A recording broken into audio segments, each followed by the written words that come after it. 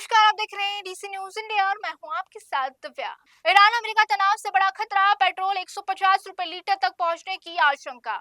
Iran में बढ़ते तनाव के हालात अब वैश्विक अर्थव्यवस्था को बड़ी चुनौती देते नजर आ रहे हैं। इसको लेकर भारत की चिंता भी बढ़ गई है।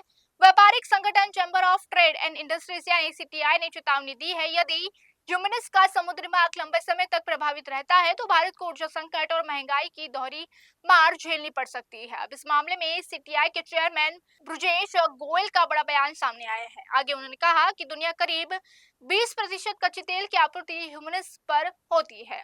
भारत अपने तेल और गैस जरूरतों के लिए खाड़ी देशों पर काफी हद तक निर्भर है। ऐसे समय में देश की ऊर्जा सुरक्षा अर्थव्यवस्था पर सीधा असर डाल सकती है। विशेषज्ञों का मानना है, यदि संकट लंबा खींचता है तो अंतर्राष्ट्रीय बाजार में कच्चे तेल की कीमतों पर रिकॉर्ड स्तर तक पहुंच सकती है। इसका असर भारत और पेट्रोल डीजल की कीमतों पर भी पड़ सकता है।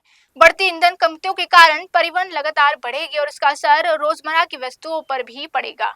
हालांकि भारत के पास रणनीतिक तेल भंडार और कुछ वैकल्पिक आपूर्ति सोर्स मौजूद है, लेकिन लंबे समय तक संकट रहने पर इनके विकल्पों पर भी सीमाएं आ सकती हैं। ऐसे में ह्यूमनस पर मंडरा रहा संकट केवल क्षेत्रीय मुद्दा नहीं बल्कि वैश्विक आर्थिक स्थिरता को भी बढ़ावा दे सकता है। आने वाले समय में पश्चिमी एशिया की स्थिति पर भी दुनिया की नजरें टिकी हैं, क्योंकि इसका असर सीधे तौर पर ऊर्जा बाजार और आम लोगों की जेब पर पड़ सकता है। यह पश्चिमी एशिया में बढ़ता तनाव केवल भू राजनीतिक संकट नहीं बल्कि ये दुनिया की अर्थव्यवस्था के लिए बड़ी चुनौती बन सकता है।